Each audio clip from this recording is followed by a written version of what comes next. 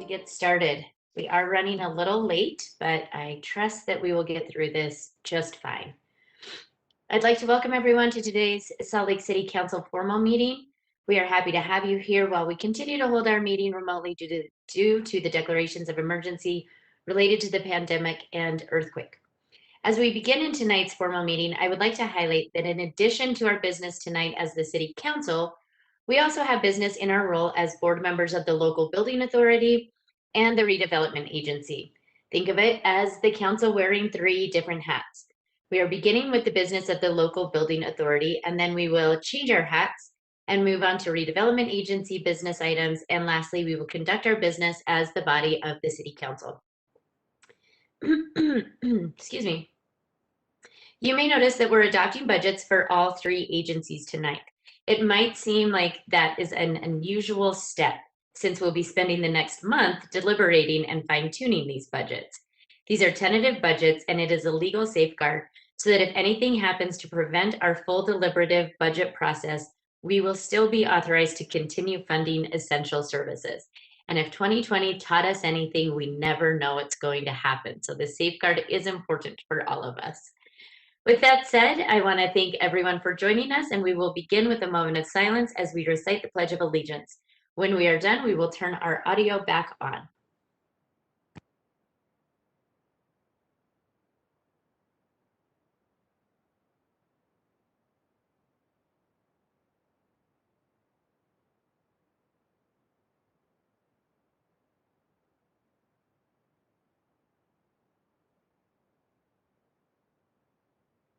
Thank you, everyone. I will cover our public meeting rules later in our agenda. This brings us, to agenda item B under the local building authority agenda, which is a tentative budget for the capital projects fund of the local building authority for fiscal year 2021-2022.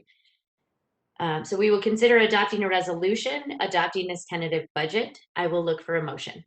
Madam Chair, I move that the council approve a resolution adopting the tentative budget for the Capital Projects Fund of the Local Building Authority of Salt Lake City, Utah for fiscal year 2021-22.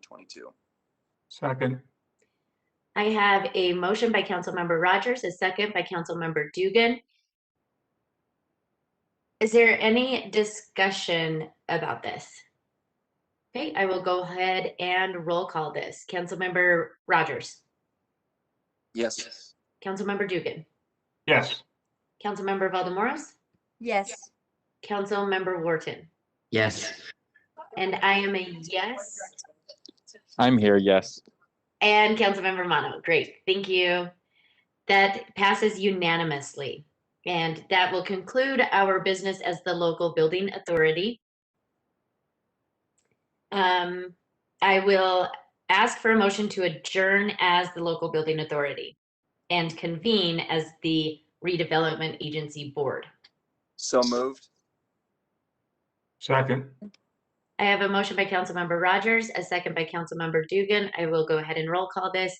Councilmember Wharton, Yes. Councilmember Mono. I think that was a yes. Councilmember Dugan, Yes.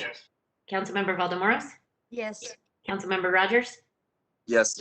and I am a yes, and that passes unanimously. I will note that we do not have anyone in District 2, which is also weird to not get confused with Councilmember Rogers and Councilmember Johnston. But we will now convene as the Redevelopment Agency. Our first item as the RDA is unfinished business. Item D1. This also is a resolution adopting the tentative budget for the Redevelopment Agency of Salt Lake City for fiscal year 2021-2022, and I will look for a motion. Madam Chair, I move the board approve a resolution adopting the tentative budget for the Redevelopment Agency of Salt Lake City, Utah for fiscal year 2021-2022. Second. I have a motion by Councilmember Rogers and a second by Councilmember Dugan. Again, I'll go ahead and roll call this. Councilmember Wharton, Yes. Councilmember Valdemoros, Yes. Councilmember Mono, Yes. Councilmember Dugan, Yes. Councilmember Rogers. Yes. And I am a yes, that passes unanimously. Again, this concludes our business as the RDA for today. I would ask for a motion to adjourn as the Redevelopment Agency Board and to convene as the Salt Lake City Council. So moved. Second. I have a motion by Board Member Rogers and a second by Board Member Wharton. Again, I'll roll call this. Board Member Wharton, Yes. Board Member Valdemoros, Yes. Board Member Mono, Yes. Board Member Dugan, Yes. Board Member Rogers, Yes. and I am a yes, and that passes unanimously. Therefore, we are now meeting as the Salt Lake City Council. We are on agenda item F. The council, I will look for a motion to approve the work session meeting minutes of Tuesday, September 1st, 2020, and Tuesday, October 6th, 2020. Move for approval. Second. I have a motion by Councilmember Rogers and a second by Councilmember Wharton. Again, I'll roll call this. Councilmember Wharton, Yes. Councilmember Valdemoros, Yes. Councilmember Mono, Yes. Councilmember Dugan, Yes.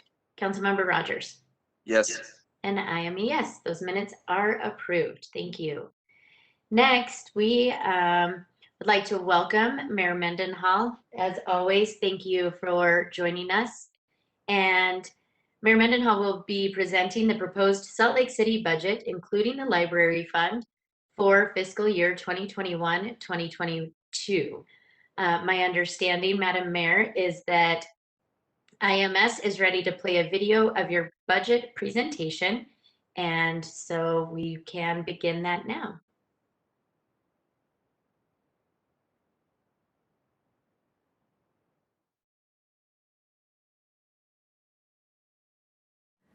Good evening. History is rife with examples of societies that find themselves in uncharted circumstances, periods without a prescribed path forward, times where struggle or calamity, exploration or technological advances make the world unrecognizable. During those turning points, the path forward has always been charted by people who recognize the newness of where they find themselves. And rather than retreat or resist, they lean in with a wholehearted spirit of curiosity to blaze a new trail. I believe that's where our community finds itself today, coming out of a global pandemic, nationwide economic instability, and reckoning with centuries of racial injustice. Perhaps we've all been feeling the associated novelness of this time in history. No one is going to give us a roadmap, but I believe that as Salt Lakers, as Westerners, we're ready to consider this last year a valuable education and pull together as we move ahead to make this place more welcome, dynamic, and a secure home for all its residents. The city's fiscal year 2021-22 budget is the foundation of that work, and I am excited to present it to you today as I share my vision for a Salt Lake City that balances providing the essential services we're known for and upon which our residents and businesses rely with the creation of an abundant, transformational, equitable future for all our communities. This budget won't get us all the way there. There will always be more needs than the city alone can respond to. But this budget, just like the past year, is unique in the history of our city. In addition to our usual funding streams, we've also received federal investments through President Biden's American Rescue Plan. Coupled with increased bond capacity and the fact that Salt Lake City is the capital city in the fastest growing state in the nation, we find ourselves at a new frontier, an historic and critical point in time. The fact is, we face a truly unprecedented opportunity, one born of historic challenges and fiscal responsibility, but we have the chance to make a once-in-a-generation investment in our city and its people. This budget begins the work of seizing this moment for our future. Going into the next fiscal year, Salt Lake City Corporation finds itself in a relatively strong financial position, despite the serious budgetary implications brought on by all that 2020 entailed. By strong, I mean that because we were conservative and judicious last year, we will not be making any staffing or service cuts in the coming year. Strong also means that any funding gaps we are facing due to revenue shortfalls will be filled through our fund balance, also known as our city's rainy day fund.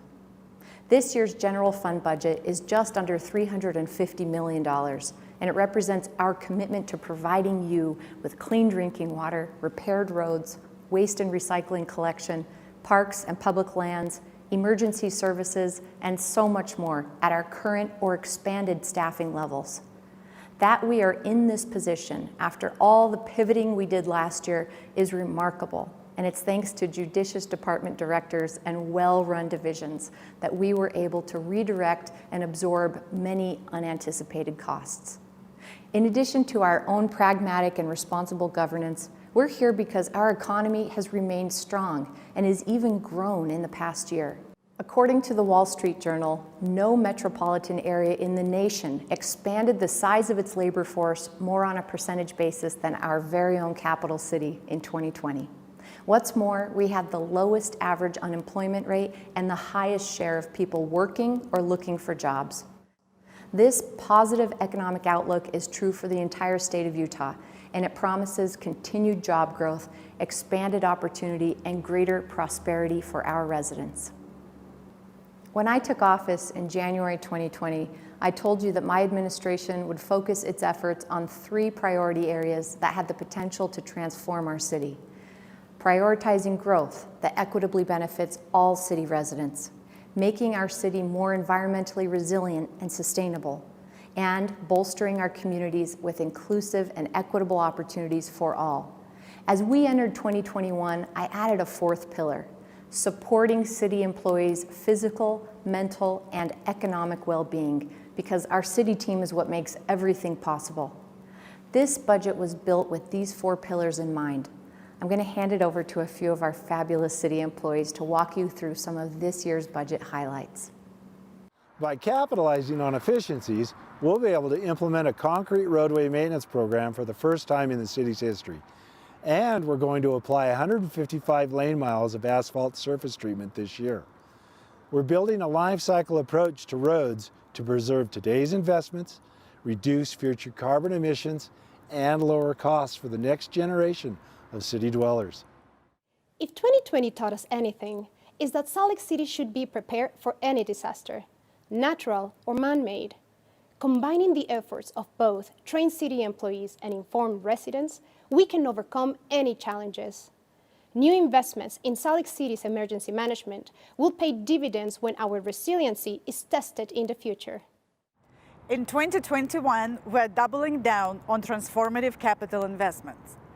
We will ask for your support to utilize our bonding capacity to make tangible quality of life improvements for all residents, such as investing in West Side Park improvements, quieting our railroad crossings, and completing the next phases of our Foothills Trail System Master Plan.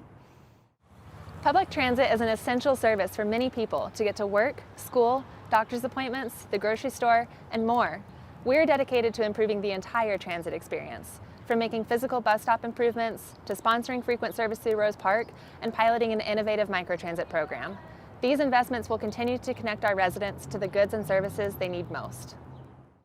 As the city launches study and implementation of a citywide equity plan, having a team in place to ensure that equity work is not siloed is essential. The Office of Diversity and Human Rights will become the Office of Equity and Inclusion, and will start with a 4-person team led by our new Chief Equity Officer.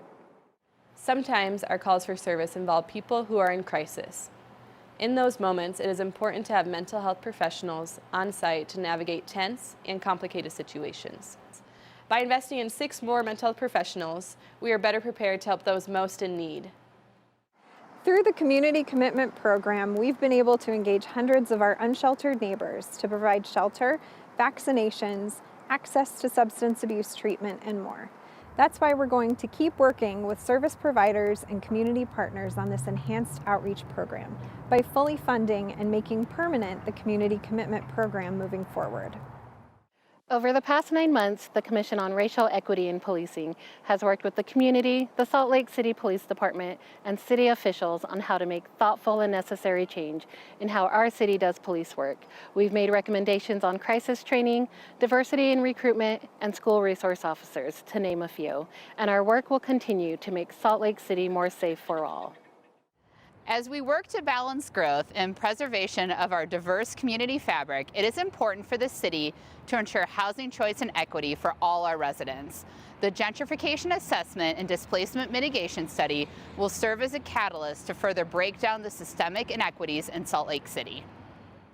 By helping to fund the Community Renewable Energy Program, Salt Lake City is supporting the development of local clean energy technologies like solar, wind, energy efficiency, battery storage, and more.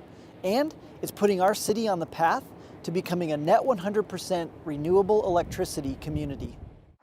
Our open spaces are not a luxury, they are essential. As our city continues to grow, planning for the future of our public lands will require a coordinated effort.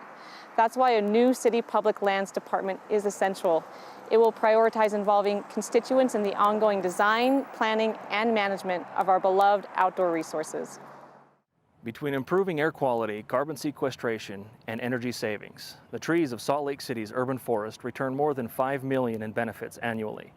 That's why we're adding an additional 1,000 trees and the benefits they provide to the city's west side this year and every year of this administration. New living wage estimates indicate a person would need to make $15.11 per hour in order to afford their basic needs in Salt Lake County. We're committed to supporting the well-being of all city employees, and this includes a plan for implementing an increase to the city's living wage through a phased approach. Our 911 dispatchers are our first responders. They work long, harrowing hours as the reassuring voice on the other end of the line when people need help. By instituting a first-of-its-kind scheduling model, we are poised to give these essential employees regularly scheduled time off to de-stress and reset so that they can be their best when you need them. Through the course of our work, we encounter some of life's hardest, most tragic moments. Having a full-time clinician on staff will help our department's employees to process stressful situations, be present for our families and friends, and show up each day at our best. Salt Lake City is run by dedicated professionals, and I'm so glad you got to hear about these projects straight from the people who work so hard to keep our city running. These investments will bolster the city's reputation as a desirable place to live, a year-round destination for travel, and an international hub for winter sport. As we continue to modernize the city's infrastructure for the benefit of our everyday living, we are also excited that we'll be well positioned to host global events such as the Olympic and Paralympic Winter Games again. All things that have clearly had a positive, long-lasting impact on our community and will for future generations and decades to come. I want to go into a little more depth about my budget proposal in several areas. First, policing and public safety. Last year, following the nationwide protests of racial injustice, we form the Commission on Racial Equity in Policing. This body operates independently of elected leaders, and it was tasked with closely examining our police department policies, culture, and budget to look for inequities and ways to improve. They released their first recommendations in January, and I'm so grateful for their inclusive, careful, and studied approach. These important recommendations and the Commission's ongoing work represent a new chapter of policing in Salt Lake City and will bolster and edify our already impressive department. I'm proposing funding of over $200,000 for additional equity, inclusion, and diversity training for our police officers, as well as the creation of a new senior-level position in my office to liaise with our education partners on equity and justice issues, including how school resource officers work. I'm proposing $20,000 for the Peer Court program, offering alternative ways for youth to be held accountable for their actions outside of the criminal justice system.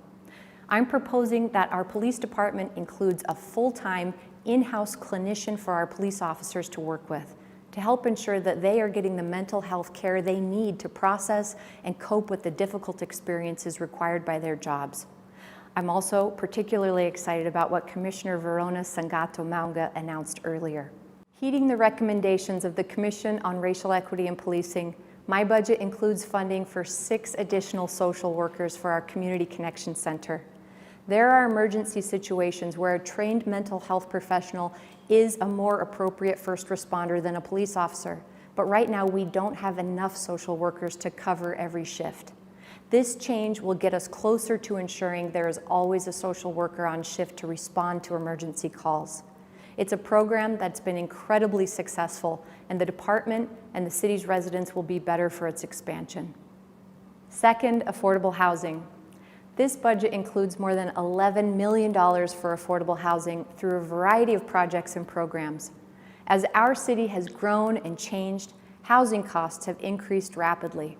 Preserving our current affordable housing stock and adding to it is critical to ensure that the hardworking people who live here can continue to do so. Our city and our state have been mired in an affordable housing crisis for quite some time, and the pandemic has only exacerbated it. We know this is a priority to city residents, and we are committed to continue treating it as such. Combining fiscal year 22 revenues with existing resources, the city's redevelopment agency will have a total of $10.4 million to increase the supply of affordable housing by funding the construction and preservation of nearly 350 affordable units, with at least 116 of those being rented at rates affordable to those making 50% or less of the area median income. The RDA has put forth a strategy that will leverage these funds through its Housing Development Loan Program, strategic acquisition of properties such as distressed motels located within any RDA project area, and a pilot accessory dwelling unit or ADU program targeted for the 9-line project area. In addition, our housing and neighborhood development team will disperse nearly $4.5 million through federal housing programs to help people right here in our community. These programs help families quickly regain stable housing following a crisis or homelessness. They're also designed to help those living with HIV/AIDS and their families secure housing and enable the city to buy and rehabilitate affordable housing for rent or home ownership and provide direct rental assistance to low-income individuals. Third, homelessness. Last fall, we launched the Community Commitment Program on a trial basis. The CCP is aimed toward connecting unsheltered residents to services and keeping our public areas clean, safe, and accessible to everyone. In this year's budget, I propose to permanently fund the Community Commitment Program and build on its success. This means that in addition to the millions the city is able to allocate through federal grants and other funding to homelessness services every year, I'm proposing an additional amount of nearly $1 million to go toward public safety and outreach coordination to assist our unsheltered residents. Last week, I announced that the city will partner with the Other Side Academy to build a tiny home village for individuals experiencing chronic homelessness. One goal in my 2021 plan was to have tiny homes in place by this upcoming winter. Getting an operator and a manager on board as a partner was one of the biggest milestones to meeting that goal, and I'm excited that we reached this place so quickly. Tiny homes can be an addition to the resources we bring to our work to help people experiencing homelessness. It can also have an important, long-lasting impact on the chronically unsheltered segment of our homeless population, in particular, the people for whom resource centers are not a desirable solution. These homes will create a self-reliant, peer-supported village that provides a safe, dignified, and uplifting life for the chronically unsheltered, and which brings them and the larger community into mutually ennobling relationships. Support services will be readily available and will be key in helping these members of our community gain the stability and security they need to move into permanent and safe solutions. In the Other Side Academy, we have a partner that is devoted to the success and empowerment of its current students. They have a proven track record of successfully managing a peer-based community while being an asset to their neighborhood and the city as a whole. And I know that devotion and that passion for success will carry over into their work on the Other Side Village. This is a bold, new, first in our state model, and we're invested in the success of this community with the goal that it can expand and also that it can influence and inform future tiny home communities around the state. Fourth, sustainability. You've already heard from some of our team members about some of the sustainability projects we're excited to tackle, but the city is doing so much more. Sustainability isn't the job of a single department, but it's a central focus of every division and team. We're focusing on engaging community members that have not historically been included in program and policy discussions to reach renewable energy and climate goals and improve access to healthy food. My budget proposes a number of significant steps forward, including $325,000 for the implementation of our 100% community renewable energy program. This investment means that we are turning the ambition of a 100% renewable energy goal into a reality, with all the legal, expert, and regulatory work that it entails. We're also allocating $200,000 for our renewable energy and climate equity plan. This climate and equity planning process will help us achieve our climate goals while also improving the lives of vulnerable and historically marginalized residents.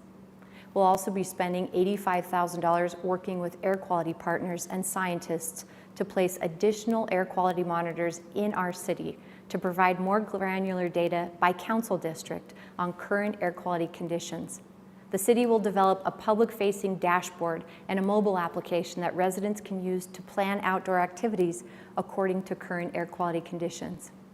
We've also committed $175,000 to identify critical challenges, unmet needs, existing assets, and key opportunities for building a more equitable, sustainable, and resilient food system. This year's budget includes an additional funding stream, federal stimulus dollars being sent to cities to help residents and businesses who've been hurt financially by the COVID-19 pandemic. I know that many Salt Lake City residents continue to struggle from the economic and health effects of the harrowing past year. Childcare remains a challenge, as does affordable housing, internet access, food insecurity, and access to health care. The $87 million Salt Lake City will receive from the American Rescue Plan Act is a tremendous opportunity that we will invest equitably in our communities. Our comprehensive plan will not only take care of our city's fiscal health and the well-being of our city family, it will help spark the post-pandemic renaissance through pathways to employment, invigoration of business and cultural districts, neighborhood revitalization, and more. I can't wait to share more with you about it on June 1st.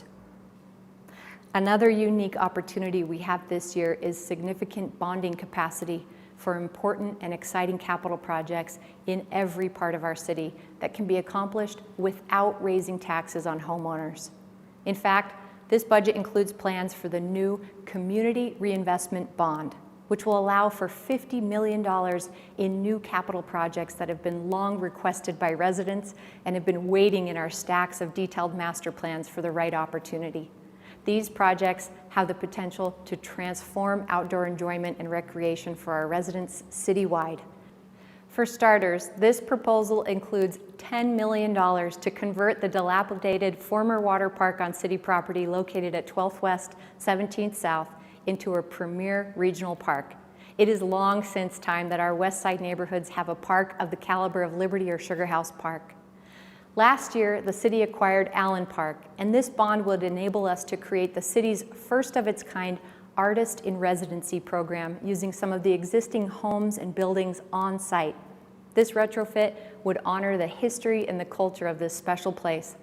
The bond would also make it possible for us to shore up other historic buildings in the city so they can be reutilized, like the building at Warm Springs Park in the Marmalade District and the Fisher Mansion in Poplar Grove.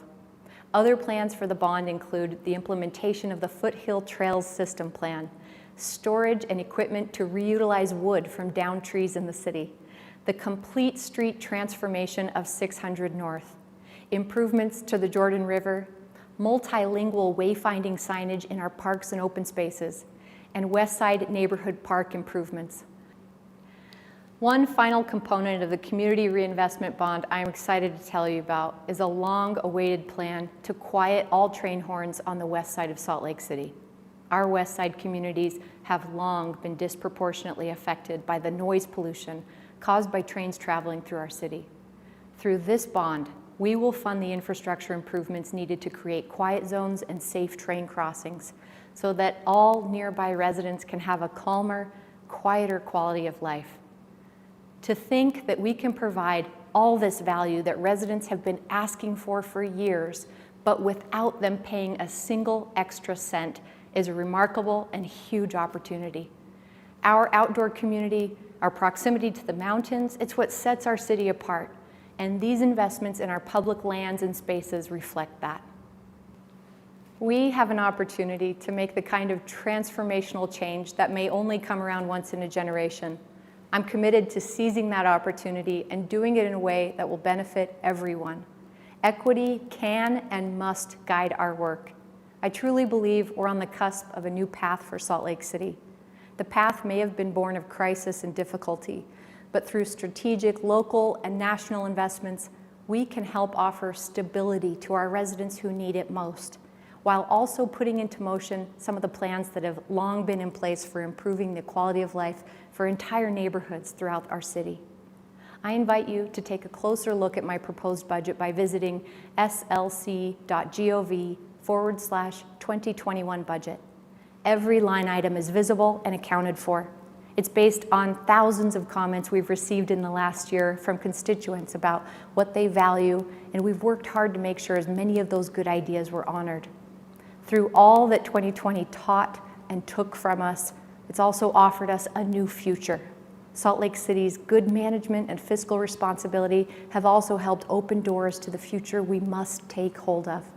We are on our way with this budget, and the future is bright, Salt Lake City. Take care.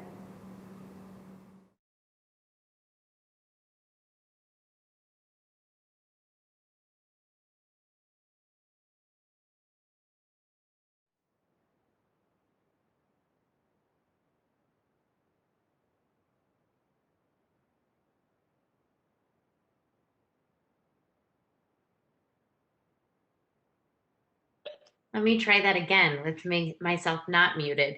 I wanted to say, Mayor, thank you so much for that presentation and for presenting the proposed 2021 budget. Is there anything you'd like to add? I took plenty of time in the video. Thank you. Well, thank you again. We look forward to delving into the budget over the next month or so. With that, we will go to our public hearing section. We will be taking comments for each of the items scheduled for a council hearing. General comments will take place after the scheduled hearing items. As many of you have probably heard this speech before, I'm going to go through it again anyway. We are accepting your comments through WebEx, and for those whose only option is to call in, staff will be monitoring a separate phone line. The City Council has always had rules of decorum that are created to advance the legitimate government objectives of having an orderly, efficient meeting that moves through the agenda and gives everyone an opportunity to voice their opinions. In person, we had the added benefit of being able to see each other, which helped us get to know our constituents and engage more meaningfully. We still want to provide a space for people to feel comfortable and safe to participate. In order to achieve this, our rules of decorum extend from the moment you arrive into our virtual meeting. To help facilitate our comment period, please be respectful. Avoid yelling or making racial slurs, obscene, or defamatory remarks. The council respects all points of view and we welcome new insights. However, using foul language and personal attacks makes the public comment forum uncivil and intimidating for others. This meeting is also being broadcast on television and the internet, and so we will more strictly enforce the use of profanity. This will be considered your advance warning against the use of profanity. If someone uses profanity, we will mute your microphone and you will forfeit your opportunity to address the council tonight. If you feel you need to use profanity to express your point, you're welcome to email council members or call our comment line at 801-535-7654. In addition, just as we would ask for your name in our in-person meetings, we have requested your name during the registration process. To limit disruption, your name cannot include a message or violate our rules of decorum. If your registered name doesn't meet the requirement, then our staff will use the chat feature to gather the information from you. Taylor Hill from our staff is helping to moderate the meeting and will be messaging with the attendees to coordinate. Please monitor the chat screen for information or feel free to message our staff with any questions. Again, her name is Taylor Hill. Robert Nutzman will also be calling the names of those who wish to comment and unmuting lines. Once we open public comment, Robert will announce 3 names at a time so that people can have some notice and be prepared to speak. When it is your turn to speak, the meeting host will unmute your line. Please state your name and the 2-minute timer will begin. Of course, if you are unable to complete your full comment within the available time, please feel free to mail the Salt Lake City Council at P.O. Box 145476, Salt Lake City, Utah 84114. Email us at council.comments@slcgov.com or call us at 801-535-7654. If you do not wish to speak, please message our staff to let them know, or when the host states your name, please just let us know that you are here to listen. We have 2 public hearings. Our first public hearing combines item numbers G1 through G6 as one hearing, which involves 6 grant applications. Before we begin taking comments, I will turn the time over to Sylvia Richards, Council Staff Policy Analyst, to give a short introduction. Thank you, Sylvia. It's all yours. Thank you, Madam Chair. The city applies for and receives grants which help to support and fund some city programs. Each grant application is reviewed and then receives a public hearing, which gives the public an opportunity to comment on them. Tonight, there are 6 grants.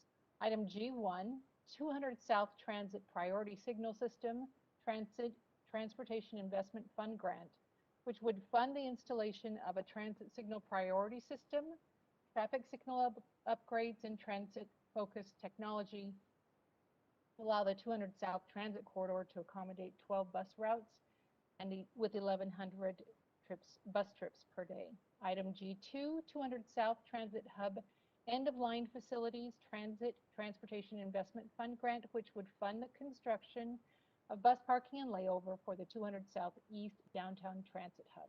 Item G3, North Temple Active Transportation Transit Transportation Investment Fund First and Last Mile Grant would fund the construction of a paved trail, improve and shorten pedestrian crossings, widen sidewalks, and add trees and shading elements for the 5-block portion of North Temple from the North Temple Front Runner Stop to downtown Salt Lake City.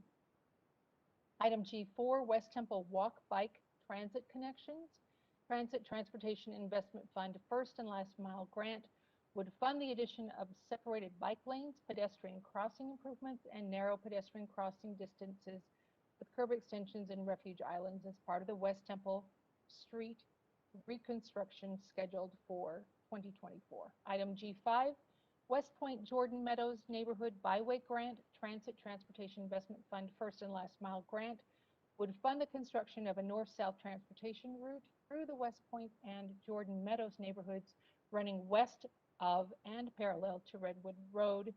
The last one, item G6, Parley's Trail Harley's Trail Gap in Sugar House, Transportation Investment Fund Active Transportation Grant would fund the construction of a two-way bike trail in the public right-of-way on the west side of Highland Drive and the construction of 200 feet of a trail along Sugar Mount Drive just west of Highland Drive as part of the reconstruction of Highland Drive plan for 2023. Thank you, Madam Chair.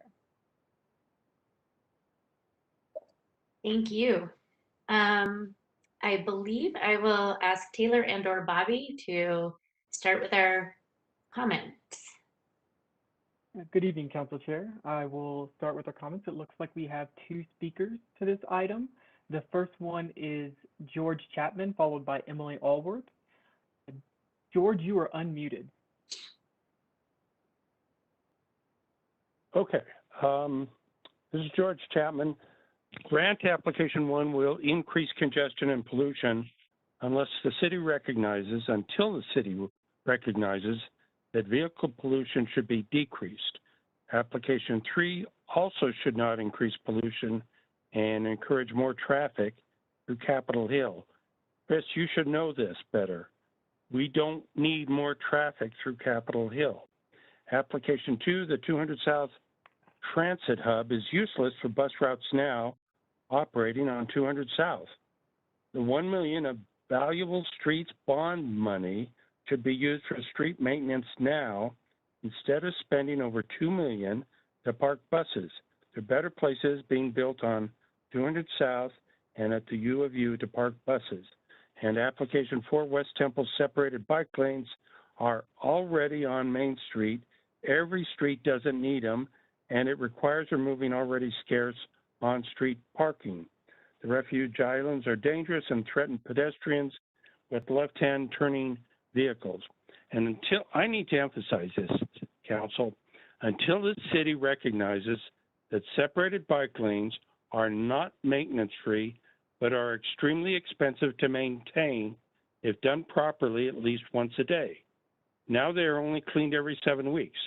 Studies show that separated bike lanes are dangerous for bicyclists when there are a lot of driveways. Please read and recognize the studies. Those are my comments.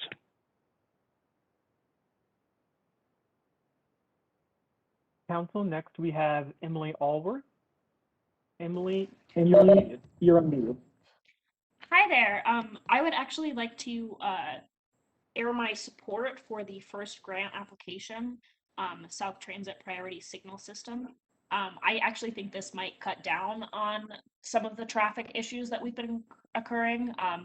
I hear when people like George, who spoke before me, are concerned about accommodating extra bus routes and having different transit-focused technology. I do think that we should try to limit the amount of emissions we're using. However, using shared bus systems actually eliminates the amount of cars on the road when people are sharing transit together. Creating more routes for more bus trips actually allows people to share commutes, and implementing a transit signal priority system will allow buses to be on time more often and become a more reliable source of transportation for people who are working and trying to get placed to appointments and things like that on time.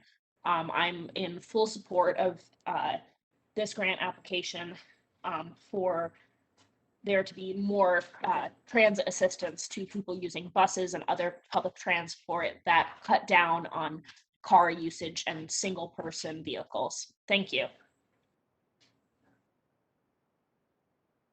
Council Chair, we don't have any more speakers to this item. Thank you, Bobby. I thank you for everyone who made a comment, and I will look for a motion.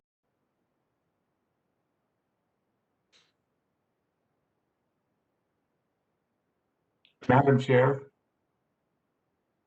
I move that the council close the public hearing and refer items G1 through G6 to a future consent agenda for action. Second. Okay, I have a motion by Councilmember Dugan and a second by Councilmember Wharton. I will go ahead and roll call this. Councilmember Wharton. Yes. Councilmember Valdemoros. Yes. Councilmember Mano. Yes. Councilmember Dugan. Yes. Councilmember Rogers. Yes. And I am a yes, that passes. Thank you, everyone. This brings us to our second public hearing, item G2. This is a public hearing based on budget amendment number 8 for fiscal year 2020-2021. And before taking any public comments, I will turn the time over to Ben Ludke, our council staff policy analyst, for a short introduction. Ben, time's all yours. This is the first public hearing for budget amendment number 8. There are 4 items totaling $2.5 million in expenditures. The council held the briefing on this item earlier today. The items include hiring a lateral class of police officers, funding to accelerate the pace of all police officers receiving Crisis Intervention Team or CIT training, a $2 million donation to create low-income housing for seniors and veterans, and a public awareness and education campaign for the switch to ranked choice voting in the city election this November. The staff report, the administration's proposal, and the several supporting documents are all available in the meeting packet. Thank you, Madam Chair. Thank you, Ben. Bobby, I will turn it over to you for our first public comments. Thank you, Council Chair. First, we have Beverly Hawkins, followed by Nigel Swaby, and then Annie Charles. Beverly, you're unmuted. Thank you. My name is Beverly Hawkins. I live in District 6. I support the funds requested for the Salt Lake City Police Department in Budget Amendment number 8. I would especially like to see efforts to promote diversity hiring in the lateral class of officers proposed. And I support the intention to include these lateral hires in crisis intervention training with SLCPD, as well as the funding to increase this training for current officers. I have been observing the work of the Racial Equity and Policing Commission since August of 2020. They are a very dedicated, talented, and diverse group providing exceptional service to our community. The funding in Budget Amendment number 8 is supported by them, and I hope you will continue to take their recommendations seriously and do your best to support those recommendations to fruition. Thank you. Council Chair, next we have Nigel Swaby, followed by Annie Charles, and then George Chapman. Nigel, you're unmuted. Thank you, council members. My name is Nigel Swaby. I live in Fair Park. I'm here tonight to speak in favor of Budget Amendment 8 to fund Salt Lake's police force. Crime is up across the city. There's not a day that goes by I don't see a complaint online about a property crime happening in my neighborhood. It's happened to me personally several times over the last year. We need more officers on the street to respond to calls, but the city has struggled to hire and train for these positions for several years. I recognize it is time to reimagine what policing looks like. Could it look like the ambassadors recently tasked with the North Temple corridor? I believe so. Thank you for funding that program. Could it look like the lateral police officers endorsed by the Racial Equity and Policing Commission? Please fund that. Could it look like crisis intervention training? Please fund that. Could it look like a budget for case managers and social workers that's overseen by the police department, providing additional people presence on the street? Maybe. Many recovered addicts I've spoken to tell me it's the criminal justice system that finally got them into treatment. Today, I spoke with 5 students at the Other Side Academy who told me the very same story. Police do make a difference. Our Salt Lake police make a difference. Those 5 students I had lunch with had all been homeless on the street due to their addictions. Police intervention may have saved their lives. And while they're in recovery, they're not on the street committing more crimes. They're working and regaining a toehold on becoming productive members of society. Please vote for Budget Amendment 8, including the Airport Inn donation, which will create 100 more beds to house the unsheltered. Thank you. Council Chair, next we have Annie Charles, followed by George Chapman, and then Emily Allworth. Annie, you're unmuted. Annie, you're unmuted. Thank you. I do not support this budget amendment. I have seen a new budget amendment to increase funding for the police, I think almost every month, sometimes multiple a month. After just last year, you guys had committed to reducing their budget. I think it's incredibly deceptive to cut the funding in the general budget and then be adding these amendments throughout the year. And then people have to come and speak on this every week and continuously tell you to not be increasing this funding. I do agree that we need more people in treatment, need more people in housing, but I do not think that the police are a good route for that. They often abuse those people or harm those people or re-traumatize those people. And so I don't think that that is a good idea. I think this money could go towards affordable housing, could go towards treatment, could go towards harm reduction practices. We have a lot of different great community organizations within Salt Lake City that I think deserve this funding. And each month the police is requesting funding and you guys give a blanket yes on that. It's incredibly disappointing. That's all. Council Chair, next we have Emily Allworth, followed by Katie Mulliken. Emily, you're unmuted. Emily, you're unmuted. Hi there. I would also like to speak up against this upcoming call for more funding for the police. I see a lot of information and graphs on the website about department leaves and people resigning from this job. And I think that it's possible that we can continue to hire and hire and hire more police officers, and yet we will still have people leaving this job either by resignation or retirement or by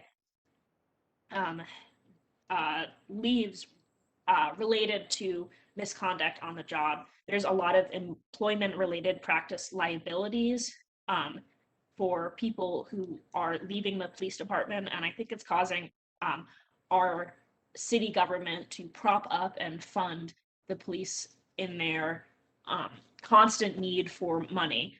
I think that the calls that a lot of people are seeing for needing to support the police and a lot of the information online about people constantly incurring crime on a day-to-day basis is extremely deceptive. The increasing calls to the police have been encouraged by police officers who are telling civilians to report everything that they see that could be considered a crime. There are a lot of things that are potentially crimes, but maybe don't need to be addressed with the full force of the police. I saw this a lot during during this pandemic, where there were mandates put out for people to wear masks, and yet the police officers weren't.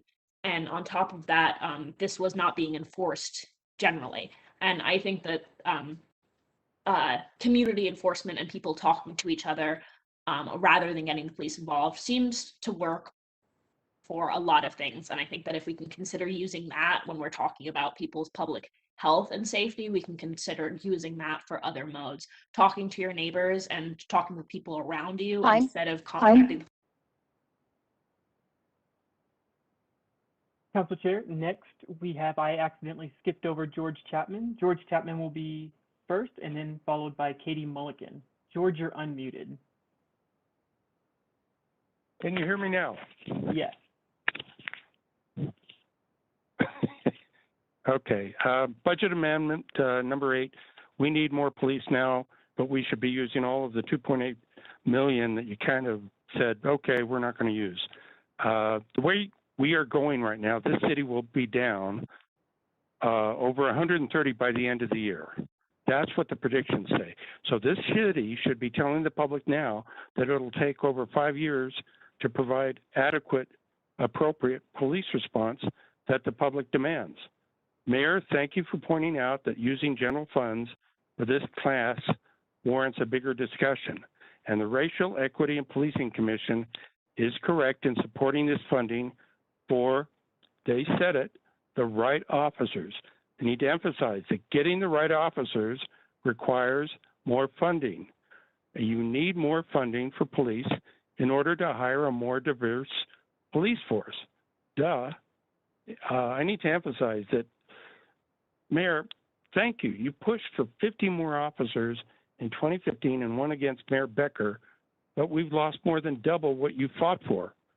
So please stop doing the month-by-month academy classes. Plan for the 72 predicted that we will lose by the end of the year and the 100 we are down in January. Otherwise, admit to the public that we're not going to be able to provide adequate police response for 5 years. and the shelter at the Airport Inn is in the middle of nowhere and disrespectful to low income without access to vehicles. Those are my comments. Council Chair, next we have Katie Mulligan. Katie, you're Hello. unmuted. Katie, you're unmuted. Oh, thank you.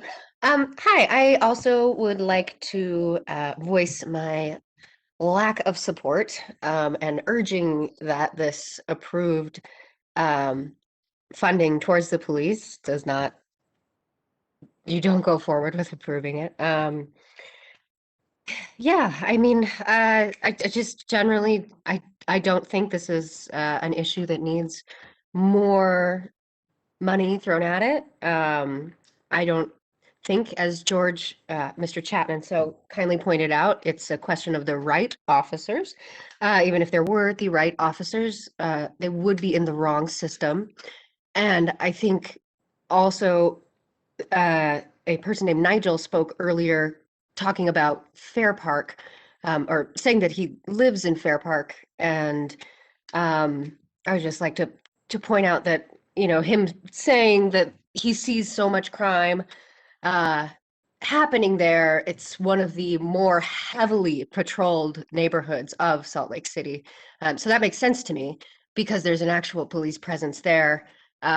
Whereas in every other, particularly white neighborhoods in the city, there is not. So that could be a reason for the correlation of him seeing more crimes. Anyway, I don't support this. Please don't do it. Thank you. Council Chair, we don't have any more speakers to this item. Thank you, Bobby, and thank you for everyone who commented tonight. With that, I will look for a motion.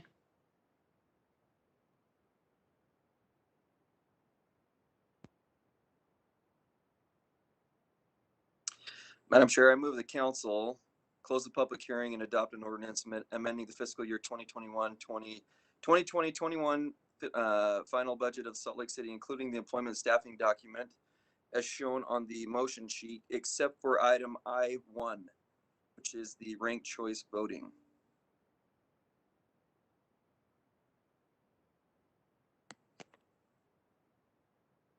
Do I have a second on Councilmember Rogers's motion?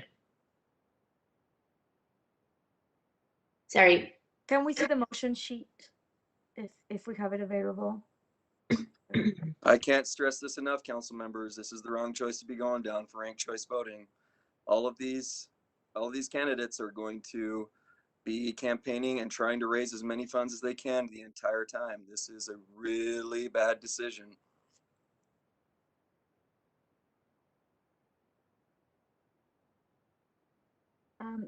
Councilmember Vice Chair Rogers, which motion did you read?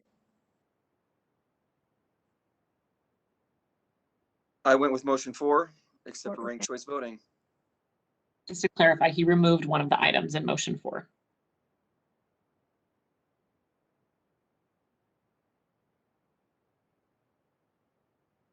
Do I have a second on this motion?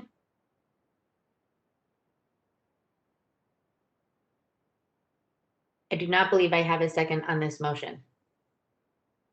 So the motion will not move forward. Is there another motion?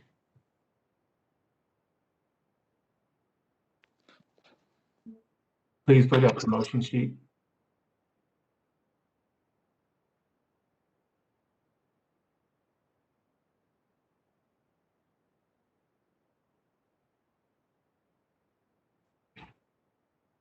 Madam Chair, I move the council close the public hearing and refer this item to a future date for action. Second. I have a motion by Councilmember Wharton and a second by Councilmember Dugan. Is there discussion on this matter? I see.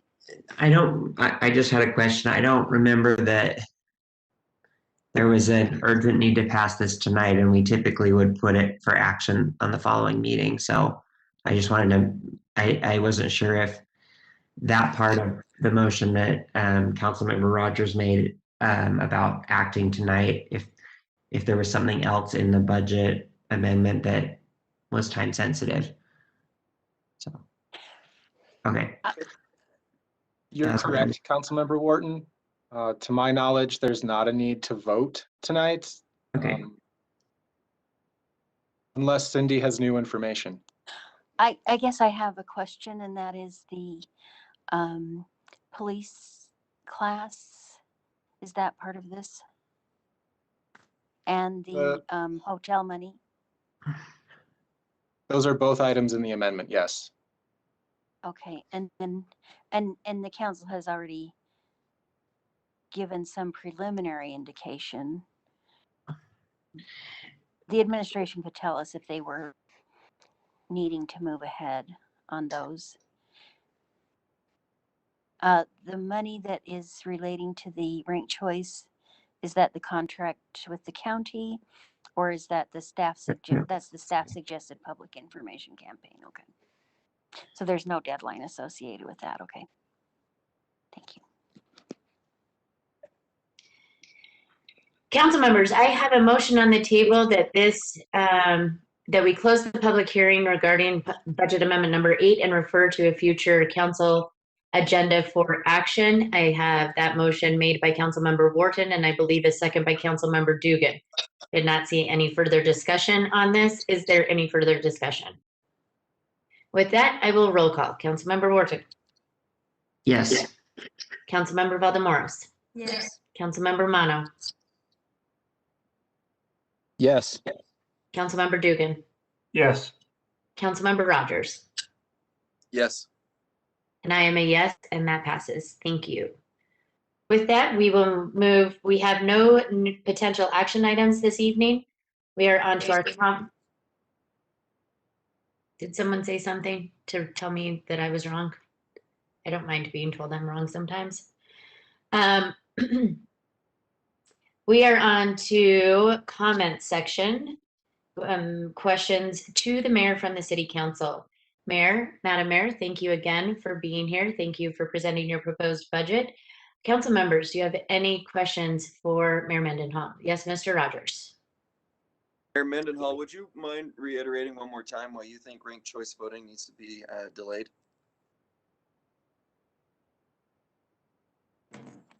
Councilmember Rogers, I really admire your bulldoggedness on certain issues that you latch onto, and this is certainly one of them. My belated caution when the council took that vote was really about the elimination of a primary, and that without that measuring stick partway through the campaign process, it's next to impossible for people running for office to know how they're doing, how they're measuring up, and where they either need to put the pedal to the metal on knocking doors or raise more money. And ultimately, without that yardstick, I fear that we're going to have candidates forced to raise money aggressively the entire time and do less connecting with the community, because most candidates can't afford a poll to tell them how they're doing. And it's a false shortening of the time that it really takes to connect with the members of your district as a candidate, or certainly for mayoral campaigns, like putting a false start date on a shorter timeline on a campaign is absolutely false, because it takes that much time to do the work of a campaign. So my caution is about eliminating the primary. Thanks for asking. Thank you, Madam Mayor. Council members, are there any other questions for Madam Mayor? Yes, Councilmember Wharton. Thanks, Madam Mayor. I've had a lot of people reach out to me with thoughts and like kind of reaction about the announcement about the tiny home village. And they want to offer their thoughts or ideas or whatever. Is there going to be I understand that we don't have a site selected yet, but will there be a time or like an event where people will be able to give that information, or should we just funnel it to your you and to the working group? Yeah, What's the the best other way for people to get engaged on it? The Other Side Academy actually has an individual, and perhaps we can get the contact information to the council office, and then you can share it through your newsletters or other means. But that they have a person whose entire job is coordinating the volunteer and donation elements. So we'll share that with you. And I know they're putting a lot of things in place simultaneously right now, but I believe that there's also already an active online donation link that they have set up. So we'll share that with your office. Thank you. And Madam Mayor, if I may mention just something you and I had talked about earlier today, that the administration's office, the mayor's office, and the council office are sort of working together for a frequently asked, an FAQ page regarding this, that hopefully soon we will be able to, I know that staffs are working diligently on that, but that will be coming, that we can, once we have that link or information, we can disseminate to council members to also let their constituents know if they have questions, they can go to that page as well. I hope I didn't overstep, Mayor. Not at all. Great. Any other questions, council members? Great. Again, thank you, Madam Mayor, for being here. We will move on to general comments. I did read all of this just a short while ago, and so I am not going to reread it verbatim again. We are at our general comment portion, and general comments and all of the public's comments are important to us. We do ask that you be respectful. We try to create a safe space where everyone can feel comfortable giving us their comments and where we have the ability to truly listen without anyone creating an uncivil or intimidating place where people don't want to participate. So we do ask that you refrain from yelling or making racial slurs, obscene or defamatory remarks. At the end of the day, we just ask that you be respectful in giving us your remarks. It is only 2 minutes, and we recognize that 2 minutes is not a very long time. And so if you do not and are not able to finish your comments, please use any of the other various means of getting in contact with us to finish your comments. That's by mail, traditional snail mail, phone, email, Facebook. I know that we all have social medias of some sort where people can access us and are happy to hear your comments there. We do ask that you give us your name just as we would in person, and we ask that your name not include a message or violate our rules of decorum. I believe we have gone through all of those rules of decorum that are always in place with every council meeting, whether we be virtual or in person. So at this time, I will open up the public comment. Robert will announce 3 names at a time so that people can have some notice to be prepared and be prepared to speak. With that, Bobby? Good evening again, Council Chair. We have approximately 5 speakers for this item. The first one being Cindy Cromer, followed by Emily Allworth, and then Annie Charles. Cindy Cromer, you're unmuted. Thank you. I have a comment tonight on Andrew Johnston's departure. When Tom Rogan left the City Council after 1 term to pursue his studies in theology, I had to make some remarks about my comrade in arms during the battle for the bench above Beck Street. Tom Rogan, Ralph Becker, and I took on the gravel pit operators who were attempting to thwart the protections in the new zone for extractive industries. After that send-off for Tom, I continued my toast for departing members of the City Council, not with every departure, but more consistently than I do anything else. So tonight, I want to really thank Councilmember Andrew Johnson. I haven't enjoyed watching a member of the council think as much since Dave Bueller's tenure. Constant analysis, ongoing, under revision at all times. I also enjoyed watching the interface between issues for District 2 and the city as a whole. That is a balancing act when you represent District 2. I won't be able to watch the analysis or the balancing act as often now that Andrew is in his new position in the mayor's office. But the image that sticks with me is of Andrew when he found out that the low-income tenants in my own neighborhood had been displaced months before the requested rezone reached the City Council's office. Yep, Andrew knows the territory, and we are most fortunate that he will continue to seek solutions for the city as a whole. Thank you very much.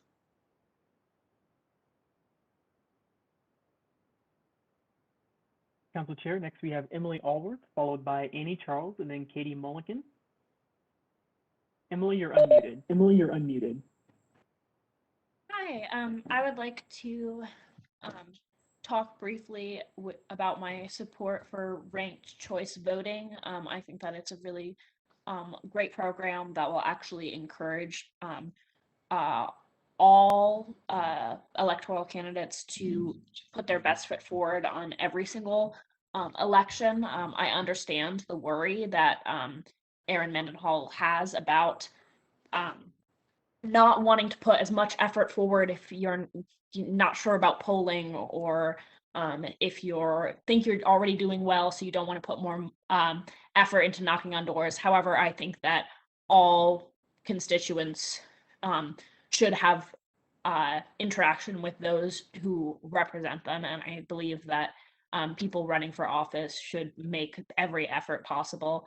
I know that it can often come down to money, but ranked choice voting actually disincentivizes these high cost measures and encourages candidates who normally would not be able to run due to the politicization and competitiveness in different branches of the government to encourage them to run for office and support the beliefs that they have. I think that this will booster our involvement in the community and encourage more competition in politics and create a better Salt Lake that will represent what people actually want. Thank you.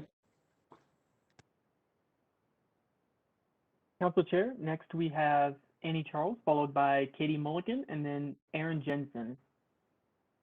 Annie, you're unmuted. Annie, you're unmuted. Thanks. I also wanted to vocalize my support for ranked choice voting. I think it makes a lot of sense. It helps people be able to vote for the candidate they genuinely support instead of feeling like they have to pick between the two larger ones. So I support that. I do not support the Other Side Village that was just announced this past year. My main concern is that the Other Side Academy is the manager of it. It's shown that for those who are chronically homeless, we should have wraparound supportive services like case managers, healthcare, mental health services. These are things that the Other Side Academy does not provide for those clients. They don't have doctors, they don't have therapists. And the founder of it actually speaks to me in a really problematic way about therapy. In his exact words, he sees it as trying to fix people, which as a therapist, I do not see that as the purpose of therapy. I see it as helping people, realize patterns that they've continued or they've fallen into. And one of those is homelessness, right? There are reasons for it, often bankruptcy from medical debt. So we should provide doctors on that facility. The model that you are actually going after, the Texas model, has healthcare workers, has mental health care workers. This would not. So if you're going to create a community, make sure it would meet the needs of those within the community. I do not think the Other Side Academy would do that. I think it works for some people, but I think it has a really intense work culture that does not ultimately help a lot of people because it creates this really intense work culture, which doesn't resolve mental health issues, which doesn't resolve health issues. And I've actually had clients who were denied going there because of their health conditions, because they weren't going to be able to work hard enough to be there. And I find that incredibly problematic. And it just makes me worry for those who would go within that same facility within the Other Side Village. So I would really take a look at that. And I was disappointed that there wasn't like outreach community involvement before that decision was made. I really would have loved to be able to vocalize some ideas or some other supportive.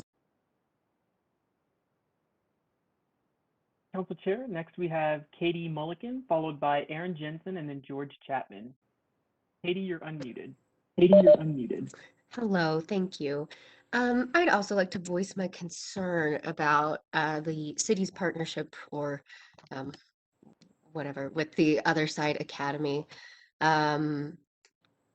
As Anne mentioned, and Charles in a previous comment, they don't provide wraparound mental health services. They don't provide medical care.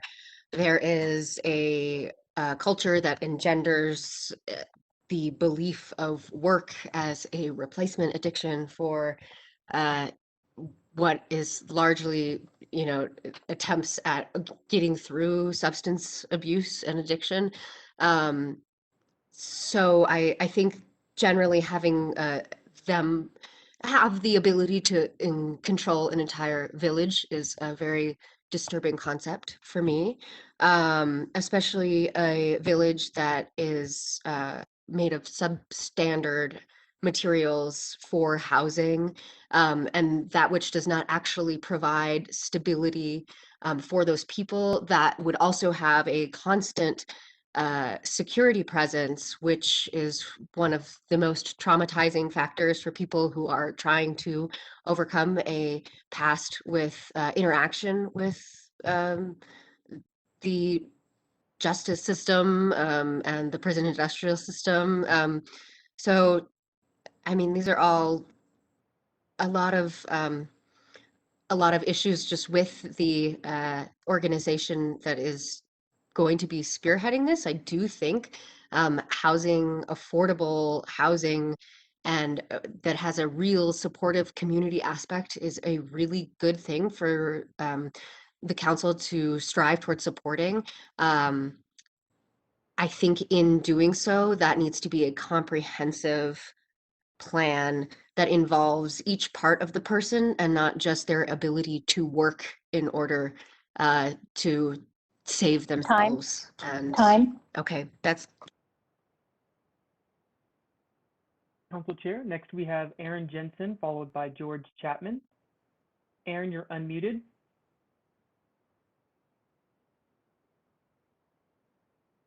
Aaron Jensen has left our meeting, Council Chair. George, you are unmuted.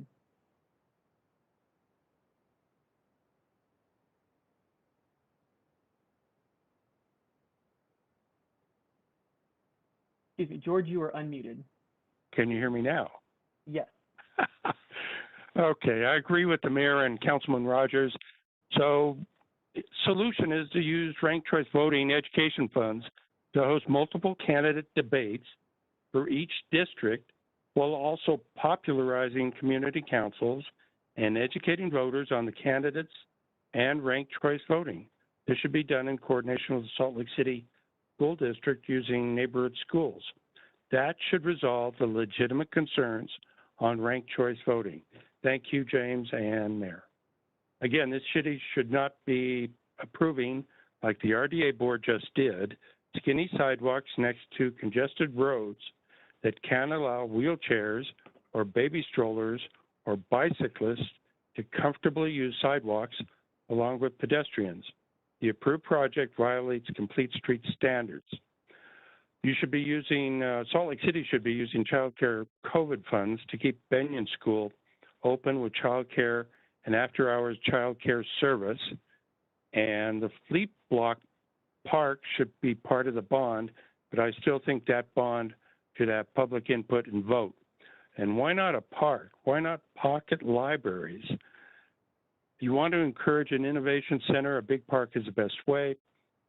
And Salt Lake City's RDA should not be looking for excuses to expand or reconfigure tracks for hundreds of millions of dollars when we need the money for other things. And on the $3 million for the 200 South lights, they could fund 3 new bus routes. And those bus routes would be more popular and more important than a light. Thank you for listening. Council Chair, we don't have any more speakers. Thank you, Bobby, and thank you to everyone who commented this evening. We are on to agenda item J, new business. The first item under new business is Considering a motion to ratify meeting without an anchor location. And due to some of the information we learned today, there's been some changes. Hold please. We'll pull up the right thing. Oh, sorry. Madam Chair, I think we've got it, and I move that the council ratify the council chair's decision to meet remotely without an anchor location due to the city's local emergencies. And I appreciate that motion by Councilmember Wharton and the second by Councilmember Rogers. I do need to read a statement. So I will do that before we address your motion, if that's all right. Oh, sure. Thank you. As Salt Lake City Council Chair, I hereby determine that conducting the Salt Lake City Council meeting at an anchor location presents a substantial risk to the health and safety of those who may be present at the anchor location due to the local state of emergency from the earthquake in March 2020 and attendant damage to the building. I find that conducting a meeting at the anchor location under the current local emergency constitutes a substantial risk to the health and safety of those who may be present at the location. With that, do you still maintain your motion to adopt this resolution? Or, ratify this determination? Madam Chair, I feel even more strongly than I did a few moments ago about the motion I made, so. I agree with Chris. Thank you both. So I have a motion to ratify by Councilmember Wharton and a second by Councilmember Rogers. I will go ahead and roll call this. Councilmember Wharton. Yes. Councilmember Rogers. Yes. Councilmember Valdemoros. Yes. Yes. Councilmember Dugan. Yes. Yes. And I am a yes, I believe. I don't see Councilmember Mono. Oh, he might be there. There he is. I'm here. Okay, Yes. Councilmember Mono. Great. Yes. And that passes unanimously. Thank you, everyone. On to our second item of new business. This is a resolution that would, oh, no, we're pulling item 2 based on things we learned today. Item number 3 is an ordinance permitting certain outdoor business activities and use of certain temporary structures. The council would consider adopting the temporary land use ordinance that would allow restaurants and retail establishments that hold a current business license to conduct temporary outdoor restaurant dining and retail activities on private property and utilize temporary structures to facilitate outdoor dining and retail activities. I will look for a motion.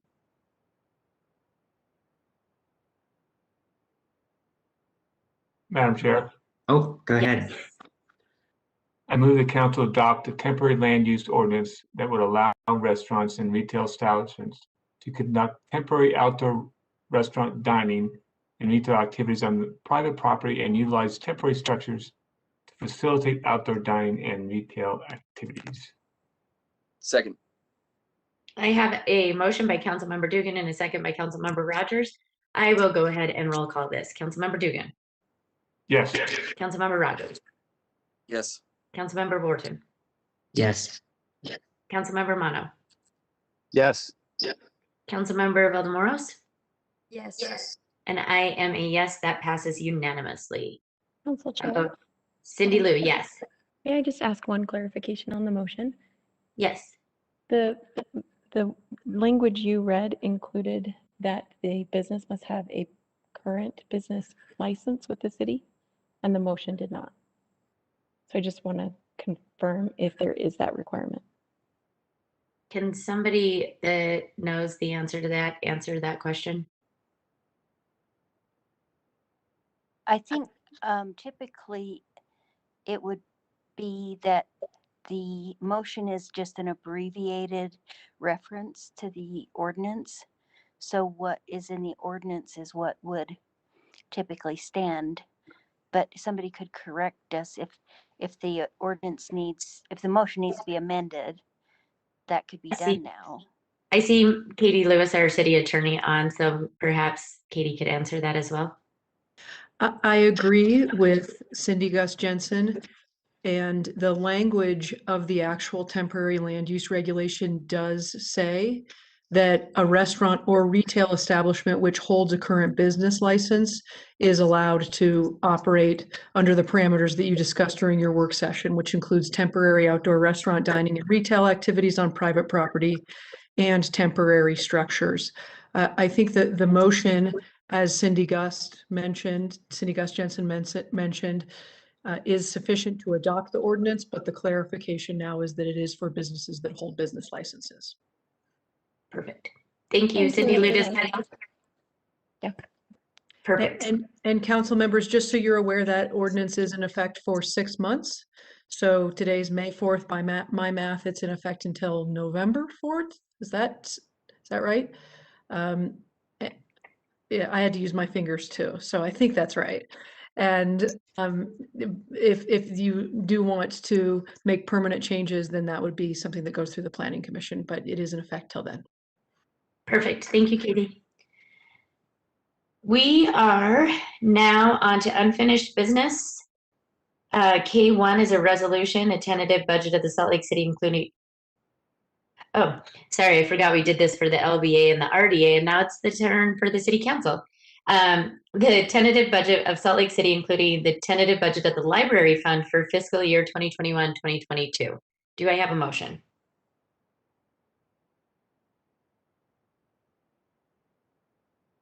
Madam Chair, I move that the council approve a resolution adopting the tentative budget for Salt Lake City, Utah, including the tentative budget of the Library Fund for fiscal year 2021-2022.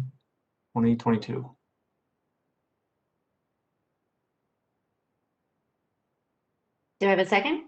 Second, Madam Chair. Thank you. I have a motion by Councilmember Dugan and a second by Councilmember Rogers. I will roll call this. Councilmember Dugan. Yes. Councilmember Mono. Yes. Councilmember Valdemoros. Yes. Councilmember Wharton. Yes. Councilmember Rogers. Yes. And I am a yes, that passes. Thank you. We are on item K2, which is the council will consider adopting ordinances that would rezone properties at 706 to 740 West, 900 South, and 710 to 739 West Genesee Avenue, including portions of 2 alleys from M1 light manufacturing to RMU residential mixed use. I will look for a motion.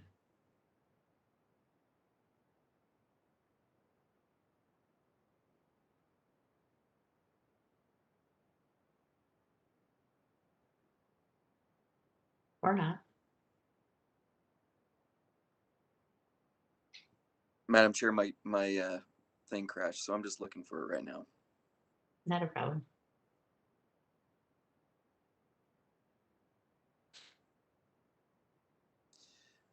Madam Chair, I move the council adopt a temporary land use ordinance that would allow restaurants and retail establishment. No, Wrong one. I'm not getting there. Sorry. Madam Chair.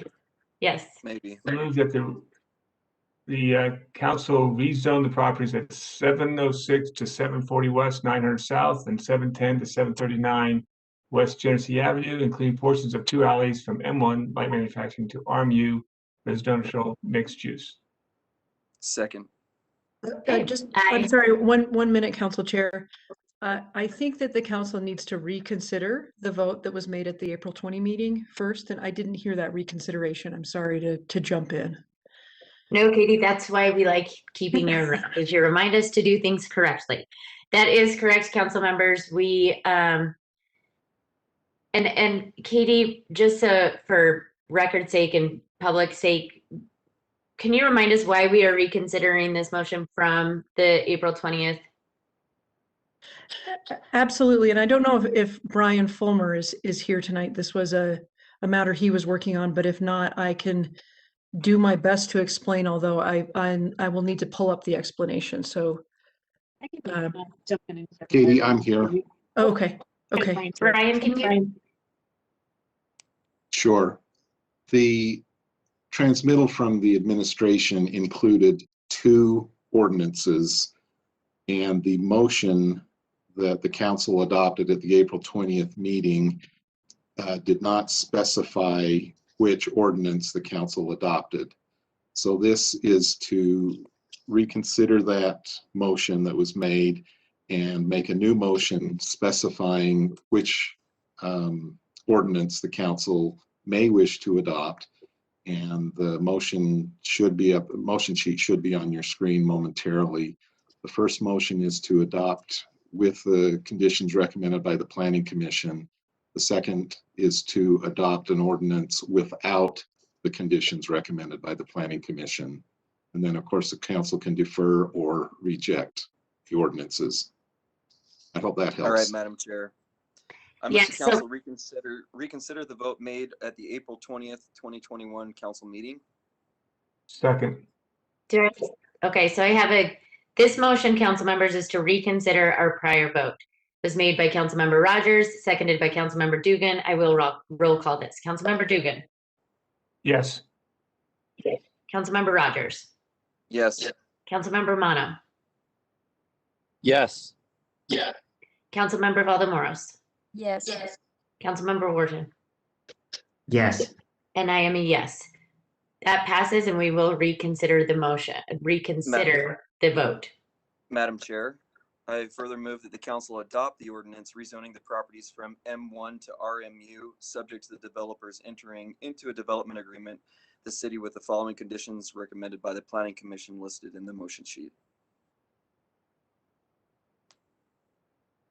Do I have a second? Second. I have a motion by Councilmember Rogers, a second by Councilmember Dugan. Any discussion? I will roll call this. Councilmember Rogers. Yes. Councilmember Dugan. Yes. Councilmember Mono. Yes. Councilmember Valdemoros. Yes. Councilmember Wharton. Yes. And I am a yes, and that passes. Thank you. Last, we are at section L, the consent portion of our agenda. I will look for a motion. Move for approval, Madam Chair, of the consent agenda. Do I have a second? Second. I have a motion by Councilmember Rogers, a second by Councilmember Wharton. I will go ahead and roll call this. Councilmember Rogers. Yes. Councilmember Wharton. Yes. Councilmember Valdemoros. Yes. Councilmember Mono. Yes. Councilmember Dugan. Yes. And I am a yes, and that passes unanimously. And everyone, that is the end of our council meeting. Thank you all for being here. This meeting is adjourned. Goodbye.